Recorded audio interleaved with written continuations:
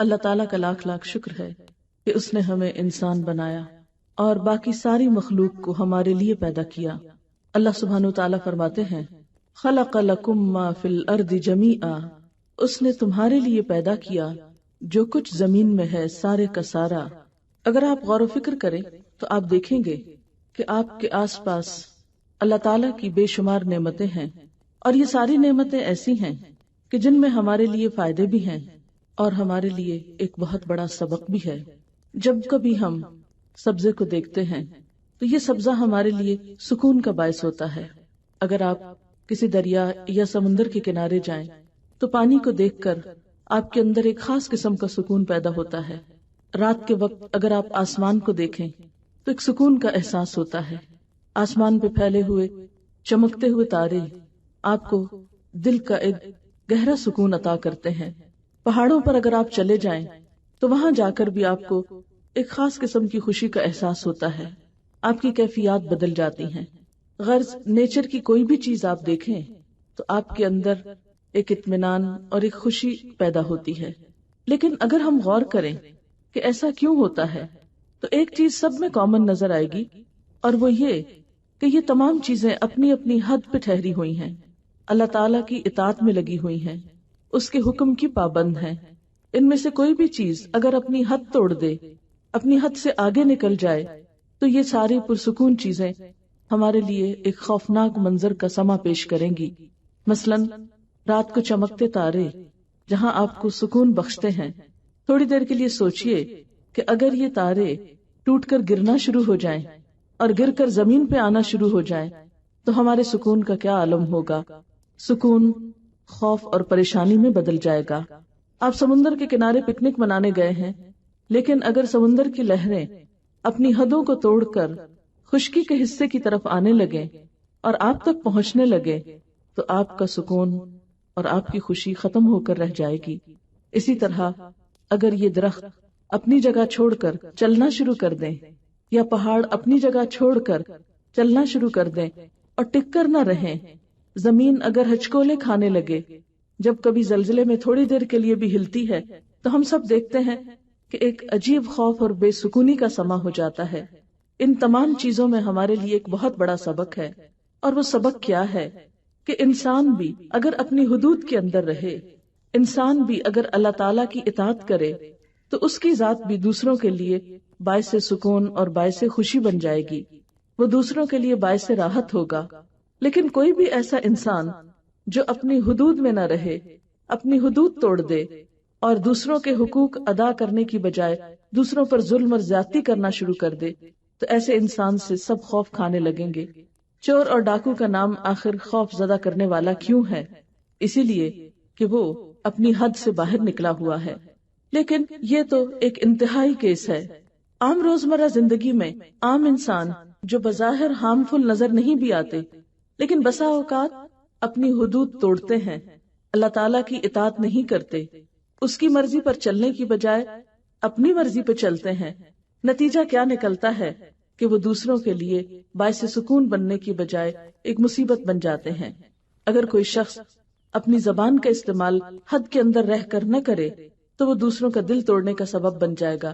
اگر کوئی شخص اپنے ہاتھ کا استعمال سوچ سمجھ کر نہ کرے تو وہ دوسروں کے لیے اذیت کا سبب بن جائے گا۔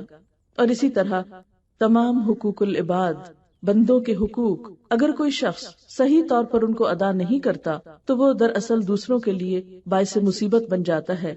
انسان کے لیے خوشی کا سبب ہے، کیونکہ کوئی بھی انسان تنہا نہیں رہ سکتا، ہر انسان کو کمپنی چاہیے ہوتی ہے۔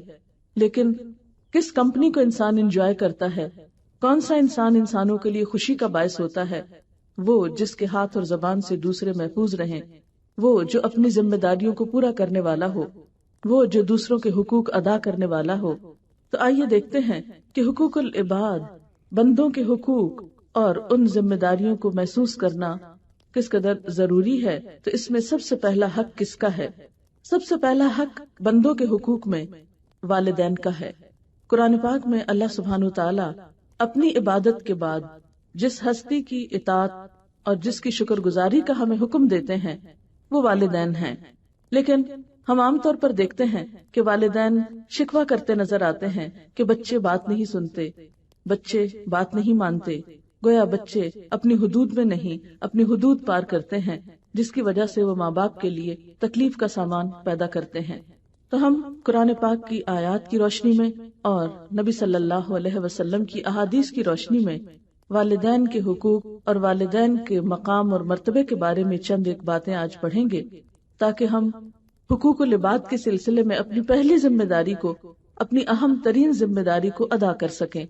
کیونکہ آپ جانتے ہیں کہ اگر انسان سے اپنے رب کے حق میں کچھ کمی ہو جاتی ہے تو رب معاف کرنے والا ہے، لیکن بندے جب بندوں کا حق ادا نہیں کرتے، حقوق العباد کی پرواہ نہیں کرتے، تو ان کی معافی نہیں جب تک کہ بندے معاف نہ کر دیں۔ اور خصوصاً والدین، اگر کوئی شخص اپنے والدین کو ناراض کرتا ہے، اگر کوئی بچہ یا کوئی اولاد اپنے ماں باپ کی آنکھوں کی ٹھنڈک نہیں، ان کے لیے خوشی کا سبب نہیں، تو اس کو سوچنا چاہیے کہ وہ اپنے لیے کیا کما رہا ہے۔ جب آپ صلی اللہ علیہ وسلم سے پوچھا ایک شخص نے، یا رسول اللہ، ماں باپ کا اولاد پر کیا حق ہے، تو آپ نے فرمایا، ماں باپ ہی تمہاری جنت ہیں اور ماں باپ ہی تمہاری دوزخ ہیں۔ یعنی اگر ماں باپ تم سے راضی اور خوش ہوئے تو تمہارے لیے جنت ہے، اور آخرت سے پہلے تو دنیا بھی جنت ہو جاتی ہے ماں باپ کی دعاؤں سے، اور اگر ماں باپ کو ناراض کیا تو پھر کوئی چین اور سکون نہ پاؤ گے۔ اسی لیے ہم دیکھتے ہیں کہ اللہ سبحانہ وتعالیٰ فرماتے ہیں، وَبِالْوَالِدَيْنِ إِحْسَانًا، والدین کے ساتھ احسان کرو، والدین کے ساتھ اچھا سلوک کرو۔ حضرت عبداللہ بن مسعود کہتے ہیں کہ میں نے نبی صلی اللہ علیہ وسلم سے پوچھا، کون سا عمل اللہ کو زیادہ محبوب ہے؟ آپ نے فرمایا، وہ نماز جو وقت پر پڑھی جائے۔ میں نے پھر پوچھا، اس کے بعد؟ فرمایا، ماں باپ کے ساتھ اچھا سلوک۔ میں نے پوچھا، اس کے بعد؟ فرمایا، اللہ کی راہ میں جہاد کرنا۔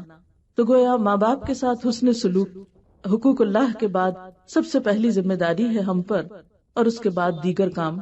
حضرت انس رضی اللہ تعالی عنہ سے مروی ہے کہ نبی صلی اللہ علیہ وسلم نے فرمایا، جو آدمی یہ چاہتا ہو کہ اس کی عمر دراز کی جائے، اور میرے خیال ہے ہر شخص یہ چاہتا ہے کہ اس کو لمبی عمر ملے اور دنیا میں زیادہ رہنے کا موقع ملے، اور اس کی روزی میں کشادگی ہو، یعنی رزق زیادہ ہو، اس کے پاس دنیا کا مال و دولت زیادہ ہو، اسے چاہیے کہ ماں باپ کے ساتھ بھلائی کرے اور ان کے ساتھ صلہ رحمی کرے۔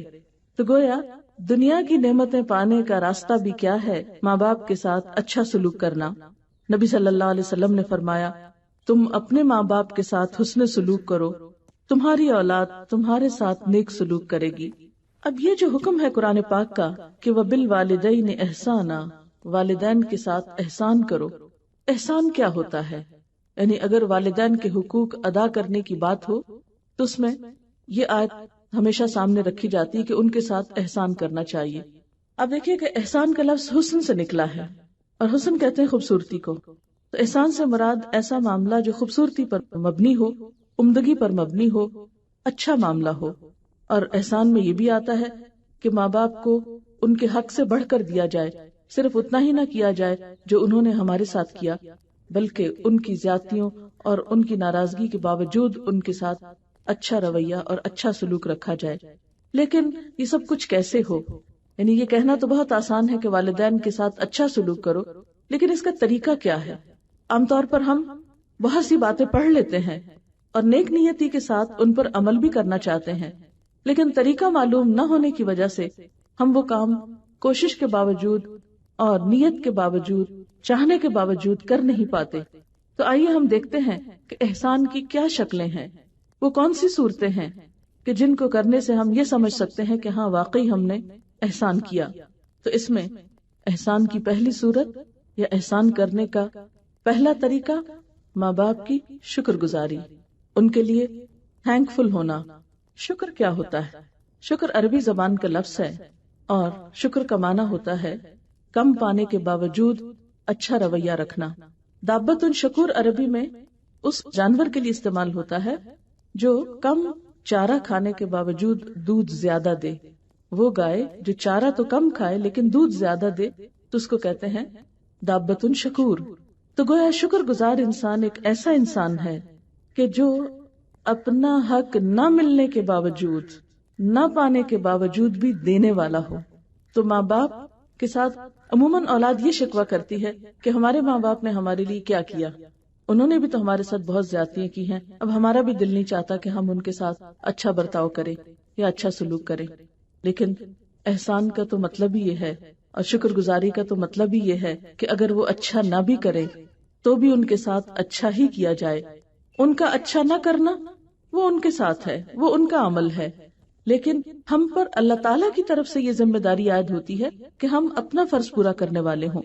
اور شکر جیسا کہ آپ جانتے ہیں کہ ایک دل کی کیفیت کا نام ہے، یعنی شکر کا احساس دل میں ہوتا ہے، یعنی دل کے خیالات کا مثبت ہونا، دل میں اچھے خیالات کا ہونا، اور ایسے خیالات کا ہونا جن میں خیر خواہی ہو، جن میں اپریسیشن ہو، جن میں دوسرے کے لیے خوبصورت جذبات ہوں، یہ شکر گزاری کہلاتی ہے۔ تو اگر ہم ماں باپ کے ساتھ اچھا سلوک کرنا چاہیں اور ان کے لیے شکر گزار ہونا چاہیں تو ہمیں سب سے پہلا کام کیا کرنا ہوگا؟ اپنے دل کو ان کی طرف سے صاف کرنا ہوگا۔ اور یہ کیسے ہو سکتا ہے؟ شیطان کا تو کام کیا ہے؟ جیسے قرآن پاک میں آتا ہے کہ ان الشیطان ینزغ بینکم، اس کا کام ہے وسوسے ڈالنا، تمہارے درمیان اختلافات پیدا کرنا، تمہارے درمیان پھوٹ ڈالنا، تمہارے درمیان تعلقات کو بگاڑنا۔ لیکن ان بگڑی ہوئی کیفیات کے باوجود بھی جو شخص کوشش کرتا ہے کہ وہ منفی باتوں کو بھول جائے، زیادتیوں کو بھول جائے، اور یہ چیز کوشش سے ہی آ سکتی ہے، تو وہی شخص اس میں کامیاب ہو سکتا ہے کہ وہ دوسرے کی خیر کو یاد رکھ کر، دوسرے کی اچھی چیز کو یاد رکھ کر اس کے ساتھ اچھا معاملہ کرے۔ نبی صلی اللہ علیہ وسلم نے فرمایا، من لم یشکر الناس لم یشکر اللہ، جو بندوں کا شکر گزار نہیں ہوتا وہ اللہ تعالیٰ کا بھی شکر گزار نہیں ہوتا۔ اور اس کے لیے طریقہ کیا بتایا؟ شکر گزاری کے لیے اللہ تعالیٰ نے خود کیا احساس دلایا؟ وَوَصَّيْنَا الْإِنسَانَ بِوَالِدَيْهِ، ہم نے انسان کو اس کے والدین کے ساتھ اچھا سلوک کرنے کی تاکید کی۔ حَمَلَتْهُ أُمُّهُ وَهْنًا عَلَى وَهْنٍ وَفِصَالُهُ فِي عَامَيْنِ أَنِ اشْكُرْ لِي وَلِوَالِدَيْكَ إِلَيَّ الْمَصِيرُ، اس کی ماں نے اس کو تکلیف پر تکلیف اٹھا کر اپنے پیٹ میں رکھا اور اس کا دودھ چھڑانے میں 2 سال لگ گئے، اور ہم نے حکم کیا دیا کہ میرے شکر گزار بن جاؤ اور اپنے والدین کے، میری ہی طرف تم کو پلٹنا ہے، لوٹنا ہے۔ تو گویا شکر گزاری دل میں اچھے خیالات کا نام ہے، دل سے دوسروں کے خلاف بدگمانیوں کو دور کرنے کا نام ہے، اور یہ کب ممکن ہوتا ہے؟ جب دوسرے کی بھلائی اور دوسرے کی نیکی کو یاد رکھا جائے اور اس کی طرف سے پہنچنے والی تکلیف کو اگنور کر دیا جائے، بھلانے کی کوشش کی جائے۔ اگر ماں باپ کوئی زیادتی بھی کر جائیں تو کہاں کی نیکی یاد رکھیں؟ کون سی نیکی؟ کہ انہوں نے ہمیں بچپن میں بہت تکلیفوں سے پالا ہے، اور خصوصاً ماں، کہ اس نے مشقتوں کے ساتھ پیٹ میں رکھا، مشقتوں کے ساتھ جنم دیا اور دودھ پلایا۔ اگر بڑے ہو کر اس سے کوئی کمی بیشی ہو بھی گئی تو وہ تکلیف تو بہرحال اس نے کاٹی میرے دنیا میں آنے کے لیے، اس لیے مجھے اس کے ساتھ اچھا ہی کرنا ہے۔ کہ اس طرح کا خیال جو ہے وہ انسان کو اچھے رویے پر مجبور کرتا رہے گا۔ اور پھر یہ کہ جس کے لیے ہمارے دل میں شکر گزاری ہوتی ہے، ہماری زبان سے بھی اس کے لیے کلمہ خیر ہی نکلتا ہے۔ بعض اوقات ایسا ہوتا ہے نا، خاندانوں میں کوئی کمی بیشی ہو جاتی، کوئی ناراضگی ہو جاتی، پھر دوسرے رشتہ دار بیچ میں انوالو ہو جاتے ہیں، وہ آ کے 2 باتیں سناتے ہیں، 2 اگلوانے کی کوشش کرتے ہیں۔ ایسے موقعوں پر انسان کو بہت ہوشیار ہونا چاہیے اور اپنے زبان سے کوئی ایسی بات نہیں نکالنی چاہیے جو ماں باپ کے خلاف جاتی ہو، اور صبر ہی سے کام لینا چاہیے۔ پھر اسی طرح شکر گزاری میں یہ کہ عملی طور پر بھی جب معاملہ کرے انسان تو چھوٹی چھوٹی چیزوں میں زبان سے بھی شکریہ کا لفظ بولے اور رویے میں بھی شکر گزاری ہو۔ اور شکر کا اپوزٹ کیا ہے؟ شکوہ، یعنی جو شخص شکوے کم کر دے وہ آہستہ آہستہ شکر گزار ہو جاتا ہے۔ اور شکوہ کم کرنے کا مطلب کیا ہے؟ کہ جہاں کہیں کوئی مرضی کے خلاف بات ہو جائے تو اس کا ذکر کم سے کم کرے، کیونکہ آپ دیکھیں گے کہ شکوہ محبت کے لیے زہر قاتل ہے۔ اگر آپ کو کسی سے بھی تعلق بگاڑنا ہے تو آپ شکر گزاری کی بجائے شکوے شروع کر دیں، آپ دیکھیں گے ایک دن نہیں گزرے گا کہ سب کام خراب ہو جائے گا۔ لیکن عموماً ہم دیکھتے ہیں عام طور پر کہ ذرا سی کسی کی طرف سے تکلیف پہنچتی ہے، ذرا سی کسی کی طرف سے ناگوار بات ہمیں محسوس ہوتی ہے تو ہم اس کے پچھلے سارے احسان بھول کر اس ایک منفی بات کو پکڑ لیتے ہیں اور اس کی وجہ سے ساری خوشیوں پہ پانی پھیر دیتے ہیں، ساری خوشیوں کو بھٹی میں جھونک دیتے ہیں۔ یہ رویہ خود ہمارے ہی لیے تکلیف دہ اور نقصان دہ ہوتا ہے۔ اس لیے جب کبھی نیگیٹو خیالات دل میں آنے لگے تو فوراً دوسرے کی مثبت باتیں اور اس کے احسانات کو یاد کرنا چاہیے۔ پھر وبالوالدین احسانا، احسان کا اور طریقہ کیا ہے؟ کیا کیا جائے والدین کے ساتھ؟ اس کا طریقہ ہے کہ ان کو خوش رکھنے کی کوشش کی جائے۔ اس کے بارے میں حدیث میں آتا ہے، حضرت عبداللہ بن عمرو کہتے ہیں کہ نبی صلی اللہ علیہ وسلم نے ارشاد فرمایا، اللہ کی خوشنودی والد کی خوشنودی میں ہے اور اللہ کی ناراضگی والد کی ناراضگی میں ہے۔ یعنی اگرچہ وہ ہمیں کوئی تکلیف بھی دیں پھر بھی اپنے طور پر انہیں خوش رکھنے ہی کی کوشش کرنا، اور یہ کام وہی کر سکتا ہے جس کے اندر صبر اور تحمل ہو، جس کے اندر برداشت ہو۔ جس شخص میں برداشت کی کمی ہو وہ یہ نیکی نہیں کر سکتا۔ اور برداشت کرنے کا مطلب کیا ہے کہ کچھ سن کر بھی سنی انسنی کر دے انسان، یعنی منفی قسم کی باتوں کو۔ ایسا ہوتا کیوں ہے؟ حالانکہ ماں باپ تو بہت خیر خواہ ہوتے ہیں، بہت محبت کرنے والے ہوتے ہیں، لیکن اس کے باوجود چونکہ انہوں نے اولاد پہ بڑی محنت کی ہوتی ہے تو وہ اولاد سے توقع رکھتے ہیں۔ بعض اوقات اولاد ان کی توقع پہ پوری نہیں اترتی تو وہ اپنے غم غصے کا اظہار مختلف طریقے سے کرتے رہتے ہیں اور وہ اپنا حق سمجھتے ہیں، اور وہ کوئی بری نیت سے نہیں کر رہے ہوتے، اس لیے وہ یہ بھی اعتماد کرتے ہیں کہ ہماری ڈانٹ ڈپٹ جو ہے اولاد خوشی سے برداشت کرے گی، لیکن بعض اوقات اولاد نہیں کرتی اور وہ اپنے اندر بہت منفی رویہ پیدا کر لیتی ہے، اور اس سے مزید تعلقات خراب ہو جاتے ہیں، بدگمانیاں پیدا ہو جاتی ہیں، تعلقات میں کھچاؤ پیدا ہو جاتا ہے۔ تو ایسے موقع پر انسان کو صبر، تحمل اور برداشت کے ساتھ اپنی طرف سے زخم کھا کر بھی خوش رکھنے کی کوشش کرنی چاہیے، اور یہی اعلیٰ درجے کا اخلاق ہے۔ اور خصوصاً جب والدین بوڑھے ہو جائیں، جب ان میں تحمل کی کمی ہو جائے، جب ان میں برداشت کی کمی ہو جائے، کیونکہ اگر دونوں میں ہی کمی ہو گئی تو معاملہ کبھی بھی درست نہیں ہو سکتا۔ کسی ایک کو تو اچھائی کا ثبوت دینا ہے، تو اللہ تعالیٰ والدین کی بجائے اولاد سے یہ چاہتے ہیں کہ اولاد ایسے اخلاق کا ثبوت دے۔ حضرت عبداللہ سے مروی ہے کہ ایک آدمی ماں باپ کو روتا ہوا چھوڑ کر آپ صلی اللہ علیہ وسلم کی خدمت میں ہجرت پر بیعت کرنے کے لیے حاضر ہوا۔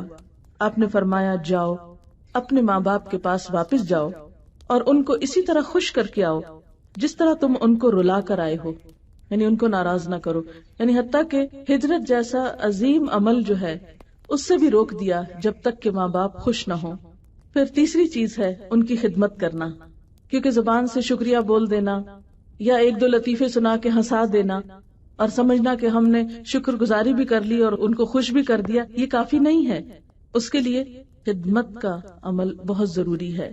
نبی صلی اللہ علیہ وسلم نے فرمایا، وہ آدمی ذلیل ہو پھر ذلیل ہو پھر ذلیل ہو۔ لوگوں نے پوچھا، اے اللہ کے رسول صلی اللہ علیہ وسلم، کون آدمی؟ فرمایا، وہ آدمی جس نے ماں باپ کو بڑھاپے کی حالت میں پایا، دونوں کو پایا یا کسی ایک کو پایا، پھر ان کی خدمت کر کے جنت میں داخل نہ ہوا۔ یعنی خصوصاً بڑھاپے میں ان کی خدمت ضروری ہے، اور پھر خاص طور پر جب کوئی اور بہن بھائی نہ ہو یا دور ہوں اور آپ ہی ان کی مدد کر سکتے ہوں۔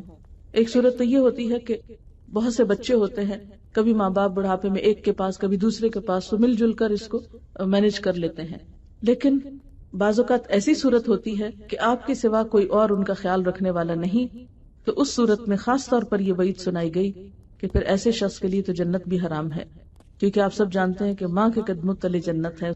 پھر اس کے بعد یہ ہے کہ خدمت کے ساتھ ساتھ عاجزانہ رویہ بہت ضروری ہے۔ بہت سے لوگ ماں باپ کی خدمت بھی کر دیتے ہیں لیکن ان کے سامنے بدتمیزی سے پیش آتے ہیں، ان کے سامنے تکبر کرتے ہیں۔ اس سے روکا گیا ہے اور عاجزی اور انکساری کا سبق دیا گیا ہے، کیونکہ ہوتا یہ ہے نا کہ جب ہم خدمت کرتے ہیں تو ہم سمجھتے ہیں ہم نے بڑا احسان کیا ہے، اور پھر وہ کہ ہمارا حق ہے اب ہم جو چاہیں سنا دیں کسی کو۔ نہیں، خدمت کرنے کے باوجود عاجزی اور انکساری۔ اس میں قرآن پاک کی ایک آیت آتی ہے، وَخْفِضْ لَهُمَا جَنَاحَ الذُّلِّ مِنَ الرَّحْمَةِ، ان دونوں کے لیے رحمت کے ساتھ اپنے کندھے جھکا کر رکھو، یعنی شفقت کا معاملہ کرتے ہوئے اپنے پوسچر میں بھی عاجزی رکھو۔ یعنی ماں باپ کے سامنے آپ اکڑ کر نہیں بیٹھ سکتے، کندھے نہیں اچکا سکتے، گردن نہیں پھیر سکتے یا سر نہیں جھٹک سکتے۔ اپنے رویے میں بھی عاجزی اور انکساری ضروری ہے، کیونکہ بعض لوگ ماں باپ سے بھی بات کرتے ہوئے یا بڑوں سے بات کرتے ہوئے منہ پھیر کے بات کرتے ہیں، یا تیوری چڑھائے ہوئے بات کرتے ہیں، یا موڈ آف کر لیتے ہیں، یا ان سے بولنا ہی نہیں پسند کرتے، تو یہ سب چیزیں تکبر کی علامت ہیں۔ اللہ تعالیٰ کو عاجز بندے پسند ہیں، اور خصوصاً عاجزی جب ماں باپ کے لیے ہو۔ پھر اس کے بعد ادب اور احترام۔ حضرت ابو ہریرہ رضی اللہ تعالیٰ عنہ نے ایک بار دو آدمیوں کو دیکھا، ایک سے پوچھا یہ دوسرے تمہارے کون ہیں؟ اس نے کہا یہ میرے والد ہیں۔ آپ نے فرمایا دیکھو ان کا نام نہ لینا، یعنی نام سے مت پکارو ان کو۔ جیسے ہمارے یہاں بازو کا دیہاتی علاقوں میں بچے ماں باپ کا نام لے کے بلاتے ہیں، دوسروں کو دیکھتے ہیں وہ نام لے رہے ہیں تو وہ بھی نام لینا شروع کر دیتے ہیں۔ ہو سکتا ہے آپ کے سرونٹس میں سے بعض بچے ایسا کرتے ہوں، یا بعض علاقوں کا کلچر ایسا ہوتا ہے، لیکن اسلام کی تعلیم کیا ہے کہ والدین کو ان کے نام سے نہیں پکارا جائے، عزت کے کسی لفظ سے پکارا جائے۔ پھر فرمایا کہ کبھی ان سے آگے نہ چلنا، یعنی ان کو پیچھے چھوڑ کر خود آگے مت جانا، اور نہ کبھی ان سے پہلے بیٹھنا، پہلے ان کے بیٹھنے کا انتظام کرو اور پھر خود بیٹھو۔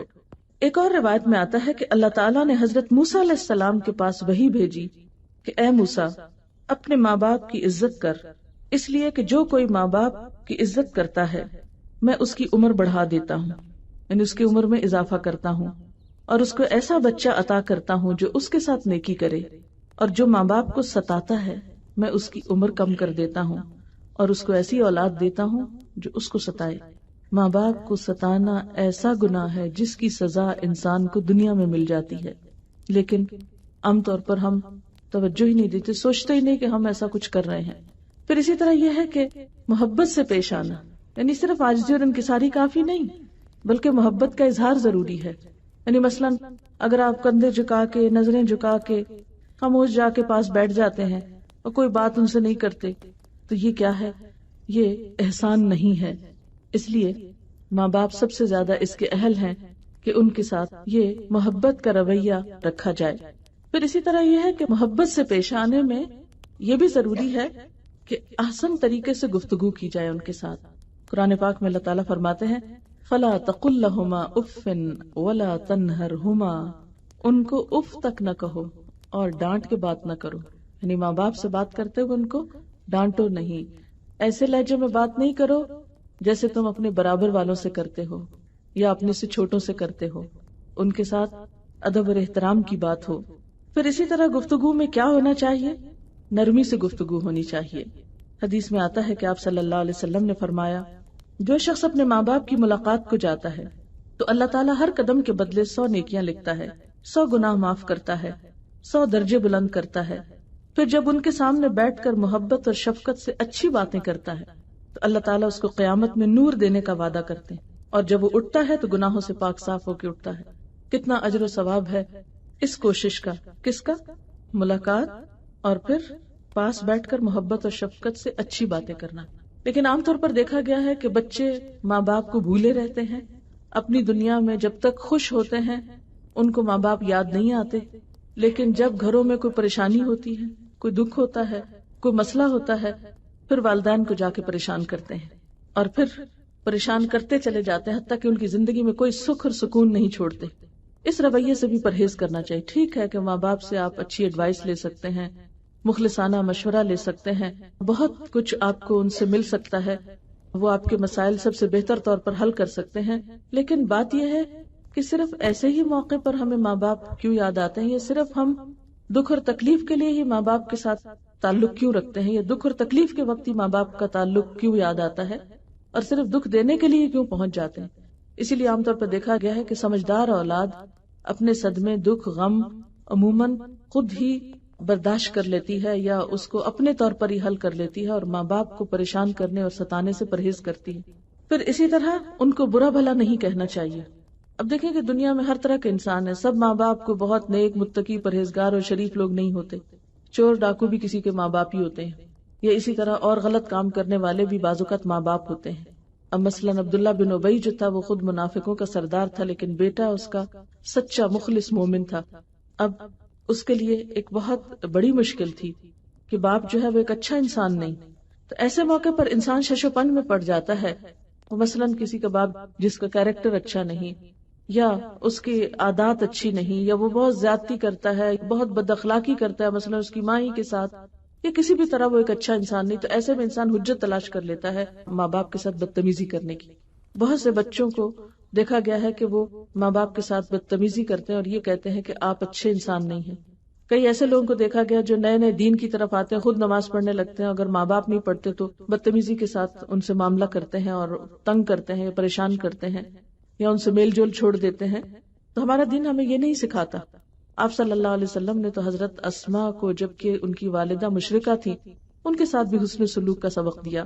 اور پھر یہ کہ نہ صرف یہ کہ اپنے ماں باپ کو برا بھلا نہیں کہنا چاہیے، کسی دوسرے کے ماں باپ کو بھی نہیں کہنا چاہیے، کیونکہ ماں باپ تو سب کے محترم ہوتے ہیں۔ عبداللہ بن عمر فرماتے ہیں کہ نبی صلی اللہ علیہ وسلم نے ارشاد فرمایا، سب سے بڑا گناہ یہ ہے کہ انسان اپنے ماں باپ پر لعنت بھیجے۔ عرض کی گئی یہ کیسے ہو سکتا ہے؟ آپ نے فرمایا کہ ایک شخص کسی کے ماں باپ کو گالی دیتا ہے تو گویا اس نے خود اپنے ماں باپ کو دی۔ ہوتا کیا ہے، جب آپ کسی کو گالی دیں گے وہ پلٹ کے آپ کے ماں باپ کو دے گا۔ آپ نے اگر آغاز کیا ہے ایسے غلط کام کا تو گویا آپ اپنے ماں باپ کو خود ہی گالی دے رہے ہیں۔ اور ویسے بھی آپ دیکھیں کہ اولاد ماں باپ کی یا تو عزت کا سبب ہوتی ہے یا ان کی رسوائی کا سبب ہوتی ہے۔ تو ہمارے اچھے کام جو ہیں وہ صرف ہمارے ہی فائدے کے نہیں ہوتے، ہمارے ماں باپ کے لیے بھی عزت کا سبب ہوتے ہیں، اور ہماری غلطیاں اور ہماری برائیاں ماں باپ کی بھی رسوائی کا سبب ہوتی ہیں۔ اس لیے جو شخص حقیقت میں یہ چاہتا ہو کہ اس کے ماں باپ کی عزت ہو تو اس کو غلط کاموں سے پرہیز کرنا چاہیے، رسوا کن باتوں سے بچنا چاہیے۔ پھر اسی طرح یہ کہ ادب، عزت، احترام کے ساتھ ساتھ ان کی بات بھی ماننی چاہیے۔ صرف یہ نہیں کہ آپ ان کو بڑے اچھے اچھے القابات سے یاد کریں اور ان کے سامنے ایسے دعوے کریں کہ آپ ہمیں بہت عزیز ہیں اور بہت ہم آپ کا ادب اور احترام کرتے ہیں، لیکن اگر وہ کوئی کام کرنے کو کہیں تو وہ کر کے نہ دیں اور ٹال مٹول کریں یا جھوٹے وعدے کریں۔ تو اس لیے کیا ضروری ہے؟ اطاعت اور فرما برداری۔ ابن عباس کا بیان ہے کہ نبی صلی اللہ علیہ وسلم نے فرمایا، جس آدمی نے اس حال میں صبح کی کہ وہ ان ہدایات اور احکام میں اللہ کا اطاعت گزار ہو جو اس نے ماں باپ کے حق میں نازل فرمائے ہیں، تو اس نے اس حال میں صبح کی کہ اس کے لیے جنت کے 2 دروازے کھلے ہوئے ہیں، اور اگر ماں باپ میں سے کوئی ایک ہو تو جنت کا 1 دروازہ کھلا ہے۔ اور جس شخص نے اس حال میں صبح کی کہ وہ ماں باپ کے بارے میں اللہ کے بھیجے ہوئے احکام اور ہدایت سے منہ موڑے ہوئے ہے، تو اس نے اس حال میں صبح کی کہ اس کے لیے دوزخ کے 2 دروازے کھلے ہیں، اور اگر ماں باپ میں سے کوئی ایک ہے تو دوزخ کا 1 دروازہ کھلا ہے۔ اس پر ایک آدمی نے پوچھا، اے اللہ کے رسول صلی اللہ علیہ وسلم، اگر ماں باپ اس کے ساتھ زیادتی کر رہے ہوں تب بھی؟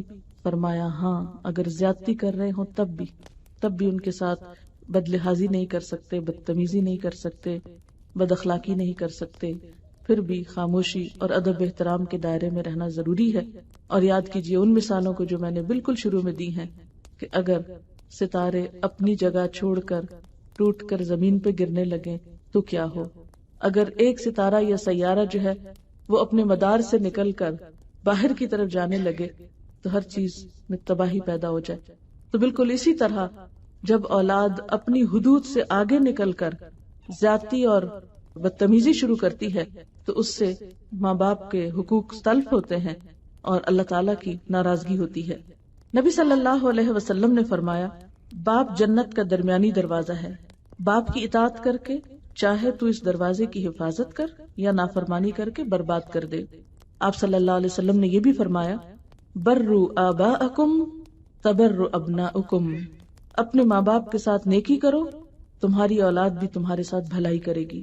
حضرت جابر بن عبداللہ سے روایت ہے، نبی صلی اللہ علیہ وسلم نے فرمایا، والدین کی نافرمانی سے بچو، اس لیے کہ جنت کی خوشبو 1000 سال سے آتی ہے، مگر والدین کی نافرمانی کرنے والا اس کی خوشبو نہیں پائے گا۔ حضرت ابی بکرہ فرماتے ہیں کہ نبی صلی اللہ علیہ وسلم نے ارشاد فرمایا، کیا میں تمہیں بڑے بڑے گناہ بتاؤں؟ صحابہ نے عرض کیا کہ اے اللہ کے نبی صلی اللہ علیہ وسلم، ضرور ارشاد فرمائیے۔ آپ نے فرمایا، سب سے بڑا گناہ اللہ کے ساتھ کسی کو شریک ٹھہرانا ہے اور اپنے والدین کی نافرمانی کرنا ہے۔ اس وقت آپ تکیہ لگائے ہوئے تھے، تکیہ چھوڑ دیا، فرمانے لگے، اور جھوٹ بولنا، جھوٹی گواہی دینا، سن لو، جھوٹ بولنا، جھوٹی گواہی دینا برابر ہے، یہی فرماتے رہے، میں سمجھا کہ اب آپ خاموش نہ ہوں گے۔ یعنی اتنا زیادہ آپ نے جھوٹ کو ناپسند کیا۔ اور آپ جانتے ہیں کہ ماں باپ کی نافرمانی ان گناہوں میں سے ہے جس کی سزا دنیا میں ملتی ہے۔ حضرت ابو بکر سے روایت ہے کہ رسول اللہ صلی اللہ علیہ وسلم نے فرمایا، اللہ تعالیٰ تمام گناہ معاف کر دیتا ہے ان میں سے جو چاہتا ہے، مگر والدین کی نافرمانی، پس تحقیق اللہ جلد ہی سزا دیتا ہے ماں باپ کی نافرمانی کرنے والوں کو دنیا کی زندگی میں مرنے سے پہلے۔ یعنی کچھ گناہ تو ایسے ہیں جو دنیا میں ان کا اثر نہیں ہوتا، آخرت میں جا کے انسان کی پکڑ ہوگی، لیکن ماں باپ کو ستانا ایسا گناہ ہے کہ جس کا اثر دنیا میں ہی انسان کو پتہ چلنے لگتا ہے، اور اس لیے کہ اللہ تعالیٰ کی رضامندی والدہ کی رضا میں ہے اور اللہ تعالیٰ کی ناراضگی ماں کی ناراضگی میں ہے۔ آپ صلی اللہ علیہ وسلم نے فرمایا، نہیں داخل ہوگا بہشت میں یعنی جنت میں نہیں جائے گا احسان جتانے والا، یعنی کسی کے ساتھ بھلا کر کے پھر تانے دینا کہ میں نے ساری زندگی تمہارے ساتھ بہت اچھا کیا ہے اور تم نے میرے ساتھ اچھا نہیں کیا، اور والدین کی نافرمانی کرنے والا اور شراب پینے والا۔ لیکن کچھ صورتیں ایسی ہیں کہ جس میں والدین کی بات نہیں مانی جا سکتی، اور وہ کیا ہے؟ نمبر 1 شرک۔ اگر ماں باپ یہ کہیں کہ تم اللہ تعالیٰ کے ساتھ شرک کرو تو یہ نہیں ہو سکتا۔ آپ جانتے ہیں کہ حضرت مصعب بن عمیر رضی اللہ تعالی عنہ کی والدہ ان کے قبول اسلام پہ ناراض ہو گئیں۔ انہوں نے کھانا پینا چھوڑ دیا اور کہا کہ میں اس وقت تک آرام نہیں کروں گی جب تک کہ تم کفر کی طرف واپس نہیں پلٹتے۔ وہ بہت پریشان ہوئے اور حضور صلی اللہ علیہ وسلم سے عرض کی تو اس پر یہ آیت اتری تھی، وَوَصَّيْنَا الْإِنسَانَ بِوَالِدَيْهِ حُسْنًا وَإِنْ جَاهَدَاكَ لِتُشْرِكَ بِي مَا لَيْسَ لَكَ بِهِ عِلْمٌ فَلَا تُطِعْهُمَا۔ ہم نے انسان کو ماں باپ کے ساتھ بھلائی کرنے کی وصیت کی، اگر تیرے ماں باپ تجھے میرے ساتھ شریک کرنے کو کہیں تو ہرگز ان کی بات نہ ماننا، ان کی اطاعت نہ کرنا۔ اسی طرح اگر ماں باپ کا نماز نہیں پڑھو تو پھر ان کی اطاعت نہیں ہو سکتی، لیکن یہ نہیں کہ بدتمیزی بھی کرو ساتھ اور تکبر کے ساتھ ان کی نافرمانی کرو۔ خاموشی کے ساتھ انسان اس حکم کو نہ مانے جو اللہ تعالیٰ کی نافرمانی کے بارے میں ہو، لیکن ان کے ساتھ حسن سلوک کرتا رہے۔ پھر اسی طرح یہ ہے کہ صرف زبانی کلامی باتیں اور چند خدمت کی چیزیں کافی نہیں ہیں، بلکہ ان کی ضروریات کا خیال رکھنا بہت ضروری ہے، ان پہ خرچ کرنا لازم ہے۔ قرآن پاک میں آتا ہے یسألونک ماذا ينفقون، یہ آپ سے سوال کرتے ہیں کہ کیا خرچ کریں، قل ما انفقتم من خیر فللوالدین، آپ کہہ دیجئے کہ مال میں سے جو کچھ تم خرچ کرو والدین کے لیے، یعنی پہلا حق ماں باپ کا حق ہے۔ کوئی صدقہ خیرات اس وقت تک اپنے اصل مقام کو نہیں پہنچتا یا ایسا اجر و ثواب کا باعث نہیں ہوتا جب تک کہ انسان اپنے فرائض کو ادا نہ کرے، اور خاص طور پر جو ماں باپ اپنی اولاد پر ڈیپینڈنٹ ہو، ان کے اوپر لازم کیا ہے کہ اپنے مال میں سے خوشی خوشی والدین کے لیے نکالیں۔ ایک مرتبہ حضرت عبداللہ بن عمر نے ابن عباس سے پوچھا، کیا آپ یہ چاہتے ہیں جہنم سے دور رہیں، جنت میں داخل ہوں؟ ابن عباس نے کہا، کیوں نہیں، اللہ کی قسم میں یہی چاہتا ہوں۔ ابن عمر نے پوچھا، آپ کے والدین زندہ ہیں؟ ابن عباس نے کہا، جی ہاں، میری والدہ زندہ ہیں۔ ابن عمر نے کہا، اگر تم ان کے کھانے پینے کا خیال رکھو تو ضرور جنت میں جاؤ گے، بشرطے کہ تم کبیرہ گناہوں سے بچتے رہو۔ یعنی ماں باپ پر خرچ کرنا جنت میں لے جانے والے کاموں میں سے ہے۔ ایک بار ایک شخص نبی صلی اللہ علیہ وسلم کے پاس آیا اور اپنے باپ کی شکایت کرنے لگا کہ وہ جب چاہتے ہیں میرا مال لے لیتے ہیں۔ آپ نے اس آدمی کے باپ کو بلایا، لاٹھی ٹیکتا ہوا ایک بوڑھا کمزور شخص آپ کے پاس حاضر ہوا۔ آپ نے اس بوڑھے سے تحقیق فرمائی۔ اس نے کہنا شروع کیا، اے اللہ کے رسول صلی اللہ علیہ وسلم، ایک زمانہ تھا جب یہ کمزور اور بے بس تھا اور مجھ میں طاقت تھی، میں مالدار تھا، یہ خالی ہاتھ تھا، میں نے کبھی اس کو اپنی چیز لینے سے نہیں روکا۔ آج میں کمزور ہوں، یہ تندرست اور قوی ہے، میں خالی ہاتھ ہوں، یہ مالدار ہے، اب یہ اپنا مال مجھ سے بچا بچا کے رکھتا ہے۔ بوڑھے کی باتیں سن کر رحمت دو عالم رو پڑے اور فرمایا، تو اور تیرا مال تیرے باپ کا ہے، انت و مالک لابیک۔ پھر یہ ہے کہ صرف مال خرچ کر دینا بھی کافی نہیں، صرف خدمت بھی کافی نہیں، بلکہ ان کے لیے دعا کرنا بھی ضروری ہے، اور یہ دعا اللہ تعالیٰ نے خود قرآن پاک میں سکھائی ہے، وَقُلْ رَبِّ ارْحَمْهُمَا كَمَا رَبَّيَانِي صَغِيرًا، اور آپ کہہ دیجئے کہ اے میرے رب ان دونوں پہ رحم فرما جس طرح انہوں نے مجھے بچپن میں پالا۔ یعنی ماں باپ کے لیے دعا اللہ تعالیٰ نے خود قرآن پاک میں سکھائی۔ اور پھر یہ کہ بڑھاپے میں خصوصی توجہ دی جائے، کیونکہ وہ کمزوری کا وقت ہوتا ہے، دنیا سے واپسی کا وقت ہوتا ہے، انسان پر امید کی بجائے مایوسی کا ایک عالم ہوتا ہے، دل گرفتہ ہوتا ہے، دکھی ہوتا ہے انسان۔ ایسے میں ماں باپ کا حق اور بھی زیادہ بڑھ جاتا ہے۔ قرآن پاک میں اللہ تعالیٰ فرماتے ہیں، وَبِالْوَالِدَيْنِ إِحْسَانًا إِمَّا يَبْلُغَنَّ عِندَكَ الْكِبَرَ أَحَدُهُمَا أَوْ كِلَاهُمَا فَلَا تَقُل لَّهُمَا أُفٍّ وَلَا تَنْهَرْهُمَا وَقُل لَّهُمَا قَوْلًا كَرِيمًا، اور والدین کے ساتھ احسان کرو، اگر تمہارے پاس ان میں سے ایک یا دونوں بڑھاپے کی عمر کو پہنچے تو ان کو اف تک نہ کہو، ان کو جھڑکو نہیں، اور ان کو عزت والی بات کرو۔ عموماً یہ ہوتا ہے کہ بڑھاپے میں ماں باپ پھر بچوں کی طرح ہو جاتے ہیں، ایک ہی بات بار بار کریں گے، کبھی ضد کریں گے، کبھی بے وجہ روئیں گے، کبھی بے وجہ ہنسیں گے، کبھی ناراض ہونے لگیں گے، تو ایسے میں انسان کے لیے معاملہ کرنا بے حد مشکل ہو جاتا ہے، اور یہ بڑا صبر کا وقت ہوتا ہے. تو اس لیے خصوصی طور پر بڑھاپے کا ذکر کر کے اللہ تعالیٰ نے فرمایا کہ اس وقت بھی عزت کی بات کرو اور ان کے ساتھ ڈانٹ ڈپٹ نہیں کرو. حضرت عبداللہ فرماتے ہیں کہ ایک آدمی آپ کی خدمت میں حاضر ہوا اور کہنے لگا میں آپ کے ہاتھ پہ ہجرت اور جہاد کے لیے بیعت کرتا ہوں اور اس کا اجر اللہ سے چاہتا ہوں. آپ نے فرمایا کیا تمہارے ماں باپ میں سے کوئی زندہ ہے؟ بولے جی ہاں دونوں زندہ ہیں. فرمایا کیا تم واقعی اللہ سے اپنی ہجرت اور جہاد کا بدلہ چاہتے ہو؟ اس نے کہا جی ہاں. آپ نے فرمایا تو جاؤ ماں باپ کی خدمت میں رہ کر ان کے ساتھ نیک سلوک کرو، تم کو یہ اجر مل جائے گا. اور پھر خاص طور پر ماں کا جو درجہ ہے وہ باپ کے مقابلے میں 3 گنا زیادہ ہے.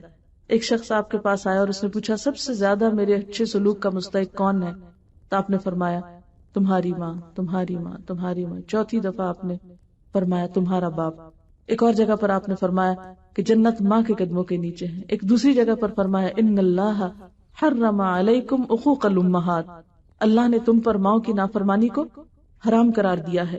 پھر اسی طرح ہم دیکھتے ہیں حضرت جاہمہ نبی صلی اللہ علیہ وسلم کی خدمت میں حاضر ہوئے اور انہوں نے بھی یہی کہا کہ میرا جہاد کا ارادہ ہے. تو آپ نے فرمایا تمہاری ماں زندہ ہے تو جاؤ ان کی خدمت میں لگے رہو، جنت انہی کے قدموں میں ہے.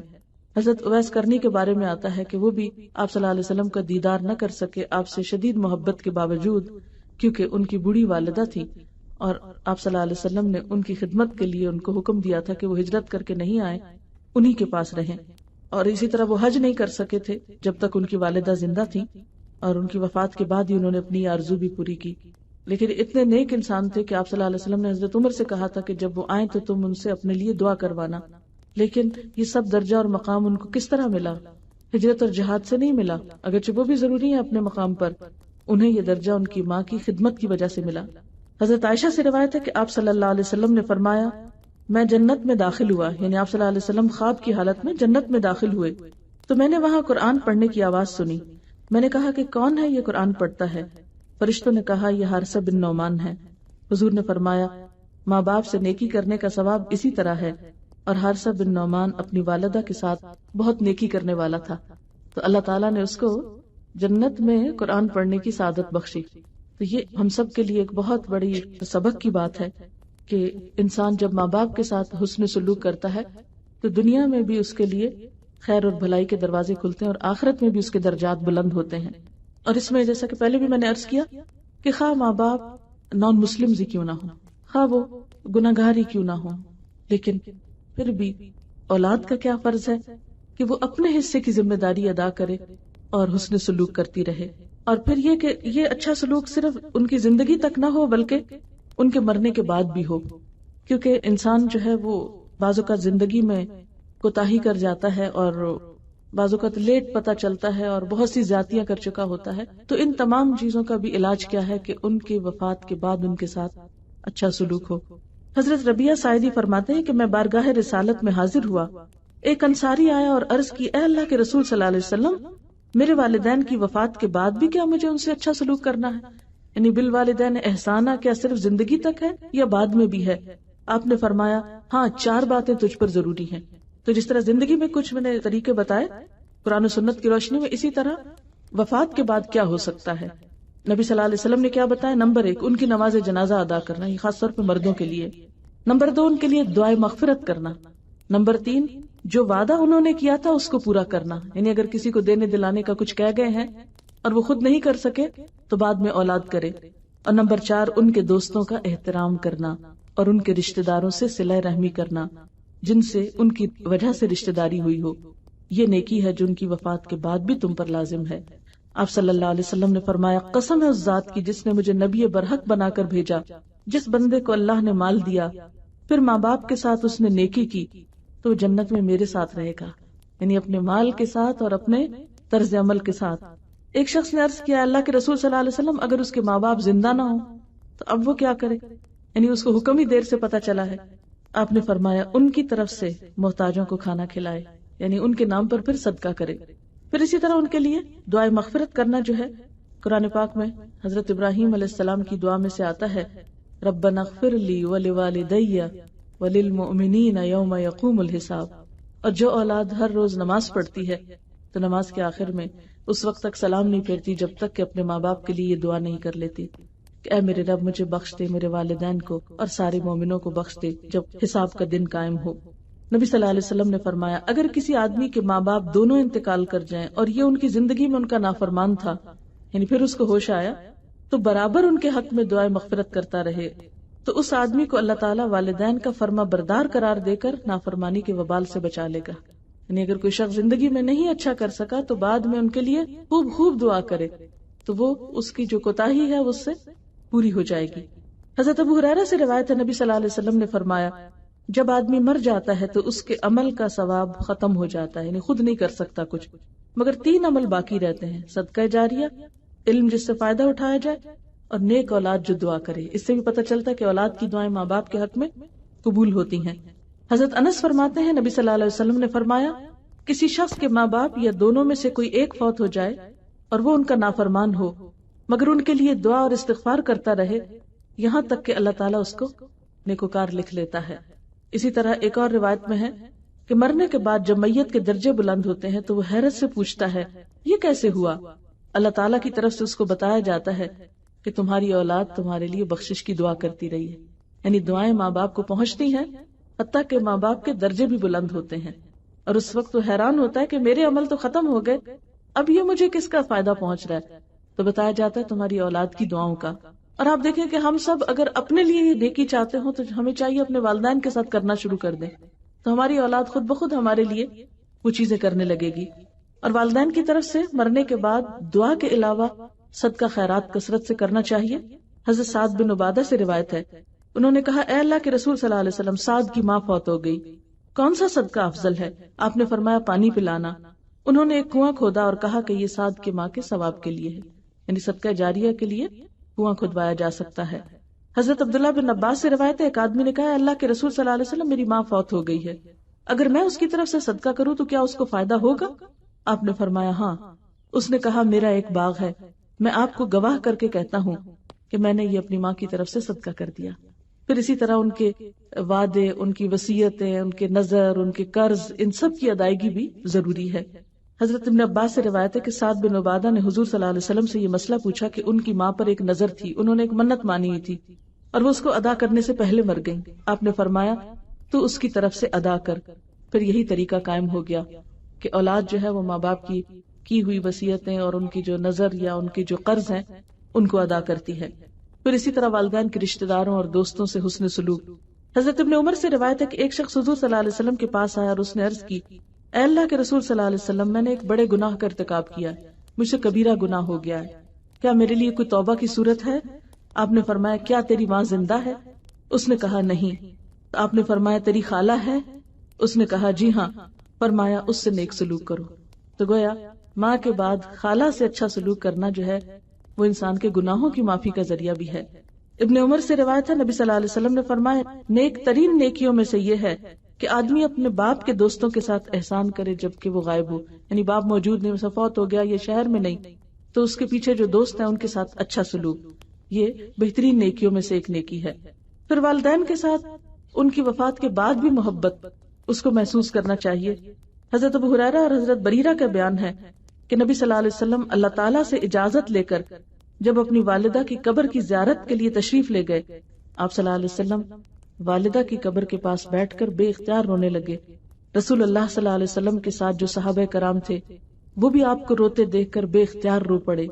بریرہ کہتی ہیں ہم نے حضور صلی اللہ علیہ وسلم کو اتنا روتے ہوئے کبھی نہ دیکھا جو آپ اپنی والدہ کی قبر کے پاس بیٹھ کر روئے، یعنی حالانکہ آپ دنیا کے عظیم ترین انسان تھے، بہت صابر تھے، لیکن یہ رونا کیا تھا؟ محبت اور ہمدردی اور شفقت کا رونا۔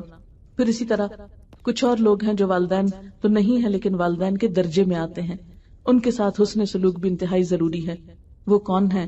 ان میں رضائی والدین جو دودھ پلائیں بچوں کو، تو وہ اگرچہ ان کے حقیقی ماں باپ نہ ہوں لیکن وہ بھی ماں باپ کے درجے میں۔ اسی طرح سوتیلے والدین، یعنی باپ کی بیوی یا ماں کا شوہر جو ہے ماں یا باپ کی عدم موجودگی میں وہ بھی عزت اور احترام کے لائق ہیں۔ پھر اسی طرح سسرالی والدین، ساس اور سسر، وہ بھی ماں باپ کے درجے میں آتے ہیں۔ ان کے ساتھ اچھا سلوک، ان کی خدمت، ان کا خیال رکھنا، یہ بھی بہترین نیکیوں میں سے ایک نیکی ہے۔ اور پھر اسی طرح استاد، جو روحانی والدین ہوتے ہیں۔ حضرت ابو طفیل کہتے ہیں کہ میں نے جارانہ کے مقام پر نبی صلی اللہ علیہ وسلم کو دیکھا، آپ گوشت تقسیم کر رہے تھے، اتنے میں ایک عورت آئی اور آپ کے بالکل قریب پہنچ گئی، آپ نے ان کے لیے اپنی چادر بچھا دی، وہ اس پر بیٹھ گئی۔ میں نے لوگوں سے پوچھا یہ کون صاحبہ ہیں؟ لوگوں نے بتایا یہ آپ کی وہ ماں ہے جنہوں نے آپ کو دودھ پلایا تھا، یعنی ان کے ساتھ بھی اپنی ماں جیسا سلوک کیا۔ پھر اسی طرح یہ ہے کہ حضور صلی اللہ علیہ وسلم کو مدینہ آئے 4-5 سال گزرے تھے کہ حضرت فاطمہ بنت اسود کی وفات کی خبر سن کر آپ اشکبار ہو گئے۔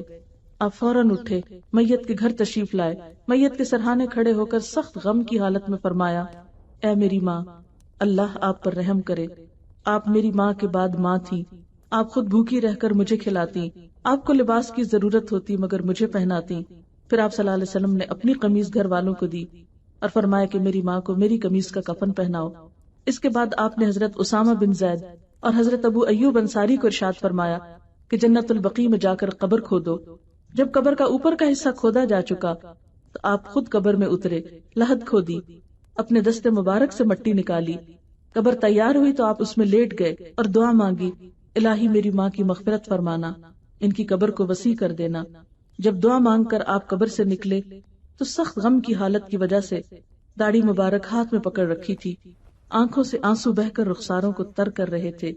یہ خاتون ابو طالب کی اہلیہ تھی جو آپ کی چچی تھی، یعنی چچی کو ماں کے درجے میں اتنا مقام دیا۔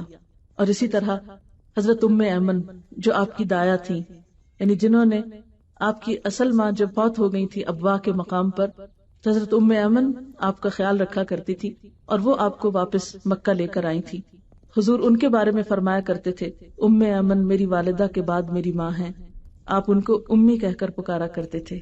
تو اس سے آپ دیکھیں کہ اللہ تعالیٰ نے حضور صلی اللہ علیہ وسلم کو یہ دوسرے بھی سارے رشتے دیے، یعنی رضائی ماں بھی، پھر اس کے بعد چچی کی حیثیت میں ماں، پھر اسی طرح حضرت ام ایمن جنہوں نے بچپن میں ان کو پالا۔ پھر اسی طرح ہم دیکھتے ہیں حضرت یوسف علیہ السلام نے اپنی ستیلی والدہ کے ساتھ کتنا عزت والا سلوک کیا کہ جب ان کو مصر کی بادشاہت ملی تو انہوں نے اپنے والدین کو جو بلایا تھا، تو والد تو ان کے حقیقی تھے لیکن ماں ستیلی تھی، ان کی اپنی ماں بچپن میں فوت ہو گئی تھی، ان کو بھی اسی طرح عرش پر بٹھایا اور اسی طرح ان کے ساتھ عزت کا معاملہ کیا جس طرح کوئی شخص اپنے والدین کے ساتھ کر سکتا ہے۔ پھر اسی طرح استاد جو ہیں ان کے بارے میں بھی آتا ہے، جیسے کسی نے کہا کہ میرے ماں باپ تو مجھے آسمان سے زمین پر لائے اور میرے استادوں نے مجھے زمین سے آسمان پہ پہنچایا، یعنی ان کی تعلیم اور تربیت کی وجہ سے مجھے بلند مقام ملا۔ اور حقیقت یہ ہے کہ ہم سب جو کچھ ہیں آج وہ اپنے استادوں ہی کی وجہ سے ہیں، انہی کے سکھانے اور انہی کے پڑھانے اور انہی کی محنت کی وجہ سے۔ تو اس لیے استاد بھی والدین کے درجے میں آتے ہیں اور ان کے ساتھ بھی عزت، ادب، احترام، خدمت، محبت، ان کے لیے زندگی میں اور موت کے بعد دعائیں، یہ تمام چیزیں ہمارے فرائض میں شامل ہیں۔ تو اللہ تعالیٰ سے دعا ہے کہ اللہ تعالیٰ ہمیں اس حق کی ادائیگی کی توفیق عطا فرمائے تاکہ ہماری یہ زندگی بھی پرسکون ہو جائے، کیونکہ ہمارے گھروں میں عام طور پر بے چینیاں اور بے قراریاں اور آپس کی ناراضگیاں انسان کے لیے بہت تکلیف دہ ہو جاتی ہیں، اور بعض اوقات چھوٹی چھوٹی باتوں اور چھوٹی چھوٹی غلط فہمیوں سے بات شروع ہوتی ہے۔ چھوٹی چھوٹی بات انسان کسی کو کہہ دیتا ہے، وہ بڑی ہو جاتی ہے، کوئی محسوس کر لیتا ہے، دل میں غم غصہ پال لیتا ہے، وہ پھیلتا جاتا ہے، بڑا ہوتا جاتا ہے، اور یہ پیار بھرے رشتے جو ہیں یہ دشمنیوں میں بدل جاتے ہیں۔ تو اس لیے انتہائی ضروری ہے کہ انسان صبر و برداشت اور تحمل کا ثبوت دیتے ہوئے ہر حال میں اللہ کے حکم کو قبول کرتے ہوئے اس پر چلتا رہے، تو انشاءاللہ اس ساری صبر اور قربانی کی وجہ سے انسان کو دنیا میں بھی اس کا صلہ ملے گا اور آخرت میں تو انشاءاللہ یقینی طور پر۔ مختصر سی دعا کر لیتے ہیں اور اس کے بعد اجازت چاہوں گی۔ سبحان اللہ والحمد للہ ولا الہ الا اللہ واللہ اکبر ولا حول ولا قوة الا باللہ العلی العظیم اللہم صل وسلم علی نبینا محمد لا حول ولا قوة الا باللہ العلی العظیم۔ یا اللہ پاک جو کچھ ہم نے پڑھا ہے اپنی رحمت سے قبول فرما، اگر کوئی بات آپ کو پسند نہ آئی ہو تو ہم سب کو اس سے دور کر دے، اور جو باتیں تیری مرضی کے مطابق ہوئی ہیں ان پر ہم سب کو عمل کی توفیق عطا فرما۔ یا اللہ ہمارے گناہوں کو معاف کر دے، ہمیں اپنے والدین کا صحیح معنوں میں حق ادا کرنے کی توفیق عطا فرما۔ یا رب العالمین ہمیں دوسروں کے ساتھ ہمدردی اور احترام کا معاملہ کرنے کی توفیق دے۔ یا اللہ ہمیں اپنی زبان کی حفاظت کی توفیق دے۔ یا رب العالمین ہمیں اچھا اخلاق عطا کر دے۔ یا اللہ ہمیں نمازوں کی صحیح پابندی عطا کر دے۔ یا اللہ ہمارا یہاں آنا بیٹھنا قبول فرما۔ یا رب العالمین تو ہماری نیتوں کو صرف اپنے لیے خالص کر لے، ہمارے بچوں کو ہماری آنکھوں کی ٹھنڈک بنا، انہیں صحت اور تندرستی عطا فرما۔ یا رب العالمین تو ہمیں آخرت میں بے حساب بخش دینا، جنت الفردوس میں جگہ عطا فرمانا۔ یا رب العالمین تو ہمیں دین میں ایمان میں ترقی نصیب فرما۔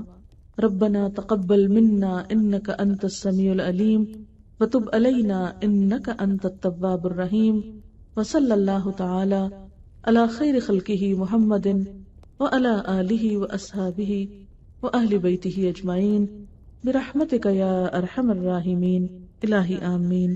سبحانک اللہم وبحمدک نشہد ان لا الہ الا انت نستغفرک ونتوب الیک۔ والسلام علیکم ورحمۃ اللہ وبرکاتہ۔